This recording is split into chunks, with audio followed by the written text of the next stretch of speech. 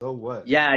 Well, see that's what I'm saying about how I think about as far as like taking things serious as an artist or even success, right? Because like my situation was I was undocumented, so your parents tell you your only shot is school, right? Yeah, no, for The, sure. the only way to like and to my parents, a good job was just not working in the sun. Of If you work course. inside, if you work in a store, in the office, something, you know what I'm saying? That's So you know what I'm gangster. saying? Breaking that face, you know what I'm talking about. That's super And gangster. Yeah, because we got fields all around us right here in Santa Rosa. yeah, We have yeah, the vines are right down the street from us. It's a big city. It's, well, not as big as Fresno, but like, yeah. 200,000 people and then vines. So like it's kind of weird because I grew up knowing I was gonna go to college. I don't know. I knew why because like it was like I was under like this pressure that it was gonna be the only way I was gonna be able to work some type of quote unquote legit job. You get what I'm saying? And the fucked up thing for me was that when I was going through it, that like shit like DACA and shit wasn't in effect yet. So Shout out to all the uh, dreamers that did that. My ex-wife, Nancy, she was one of the founders of the Dream Act movement. oh, that's what's up. That's what's Yeah. up. Pero yeah, so for me, I was like, I could be doing all this shit for nothing. Even if I finish the program, I can't work my degree if I don't have fucking. And you were at that You get, period. You were at that gangster period. yeah, bro. So I'm I went where I 38. went, but A don't think I. couple, the people right under me, because my ex-wife was like, she's probably, I don't know, she's probably like 30, early 30s, mid 30s now. Early, yeah, we were dealing with the same shit. That was the gangster part of motherfuckers that got no disrespect to people that got DACA now, but Uh-huh. like for the people that didn't have DACA and had to go through it, bro, the people that fought for DACA, shout out to them. Yo, and here's some more bullshit. That you mentioned student loans, right?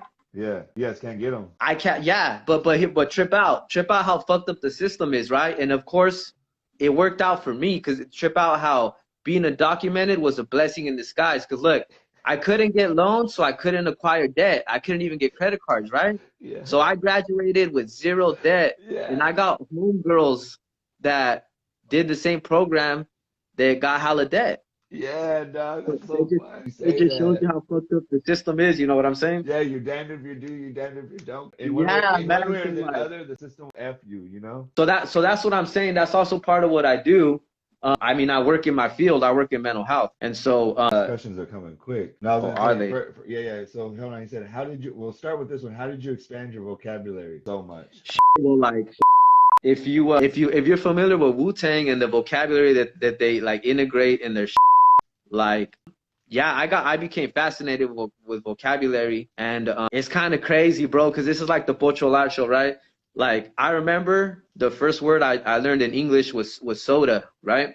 And then you don't wanna speak in an accent when you're undocumented and you're young, a little kid, and you don't really understand. You don't want to sound like you got an accent. Yeah, You don't want to sound you don't want hella to sound like a Mexican. paisa. Yeah, exactly, right?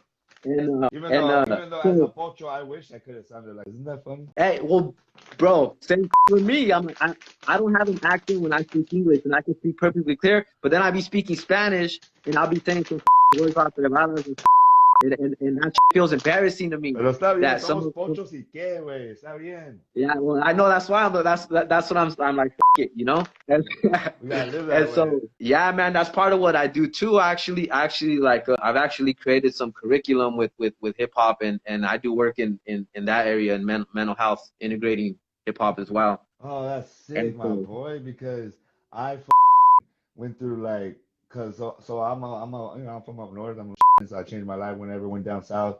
Spent my whole life in LA, but and eventually I met Homeboy Industries, and if you can imagine all these Southerners, bro, I was a photographer for a bunch of Southsiders, and they no, I didn't need they I need a link with them. People have been yeah, telling me, yeah, and they didn't know that I was from where I was from because I looked like I was Pocho One. You know what I mean? yeah, yeah. I was Oh, you were Pocho writing? One. You were writing too?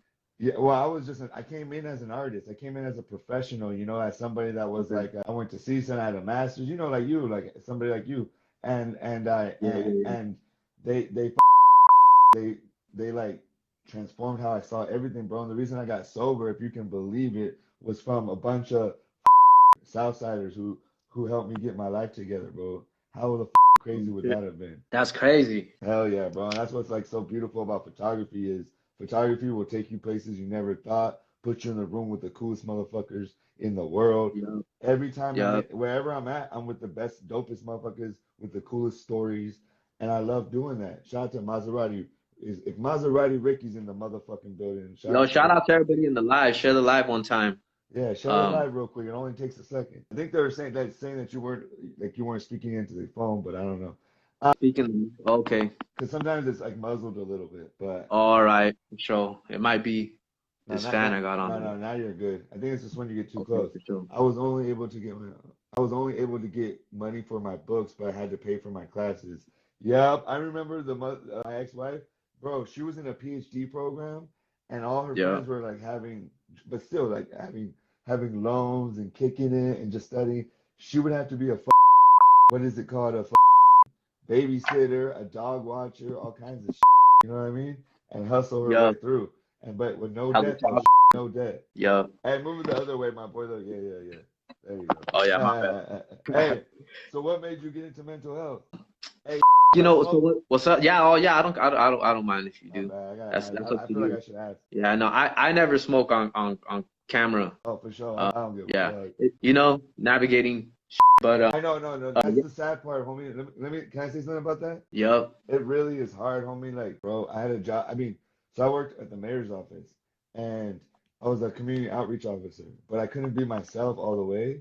And it just started to break my soul down, bro. And it just kept breaking my bro, soul down. And because bro, I have photography, luckily, like I was able to, because photography, you can work with corporations, you can work with nonprofits, you can, so then I started doing social media marketing. Then I started yep, learning how to do different lanes of income. But one thing I told myself is I was done, dog. I was done. Like, those degrees if I can't be myself. Do you know what's sad right now, my boy? Is that UPS pays better than all the nonprofits here. I could have never went to college and just got on a UPS truck then how much these nonprofits be pimping us. These nonprofits be bro, pimping us, saying it's the good work, it's the good Lord work, while one or two of them make money, but we're all suffering. How many people do you know that are balling working in a nonprofit? You know what I mean? For what? And they went to school and they're in debt, and on yeah, top of it, let me just tell you this. And on top of it, they can't be their full selves. They can't be their full selves. You know what I mean? it's And I just crazy, told man. myself, fuck it, dog. If I have to be impoverished, but I can be my full self, I will. And I was doing hella good in the pandemic, before the pandemic, and then the pandemic hit, and now I'm starting to come back. But bro, like I just said, fuck it. You know what I mean? I'm gonna be my full Yeah, self. And yeah, these institutions, the problem with these institutions, bro, is they make you transform into their narrative when they should take you as you are and take you with yeah, all the imagine all the social capital you have, and if they let you just be your full self, what could really yeah, yeah, happen in the institution you work for? Sorry to go off exactly. on a tangent, but it's Nah, so you're good, man. I hate when I have to my homies that are professionals that in a situations they can't really they have to watch out all these different things. Yeah, It's yeah, such a and that's why I decided to never work for a nonprofit again or an institution where I couldn't be my full self. And I tell them, yeah, like, you know what I mean? I'm not willing to work any place I can't, be yeah, myself. And when I'm off the clock, I am not one of your agents. yeah, Like I'm not in your cult. You know what I mean? yeah, yeah, yeah, My bad, dog. yeah. It's crazy, man. It's crazy trying to navigate both worlds and And especially if you're somebody that like might not have papers and or this or that. yeah, well, some people don't realize how much it impacts you as an artist too. Like, I mean, trust me. Like, I don't give a fuck. I know it's all bullshit. I know all this whole shit about splitting up the planet and countries and border. I know it's all bullshit. It's just bureaucratic, political shit, right? But at the same time, it does impact your livelihood and and the way you live and shit. So like it impacts you as an artist. Like you feel like you're kind of poco a poco trying to kind of be more and more your just complete self. But you always but you have to kind of tread lightly. You get what I'm saying? But For sure. I don't like treading lightly. You know what I'm saying? Hell nah. Hey, shout out to my Yeah. boy, And shot by so Manzo. and that's how I got. That was your question. How did I get into mental health? So this connection that I had with music, like I remember listening to Facts. music and envisioning like the poverty, envisioning like the social issue people encounter, right? And like I remember crying when music made me cry. I remember when music fucking Fuck. I want to hear that music. motivated me. You know what I'm saying? When it inspired me, all that emotional experience, right?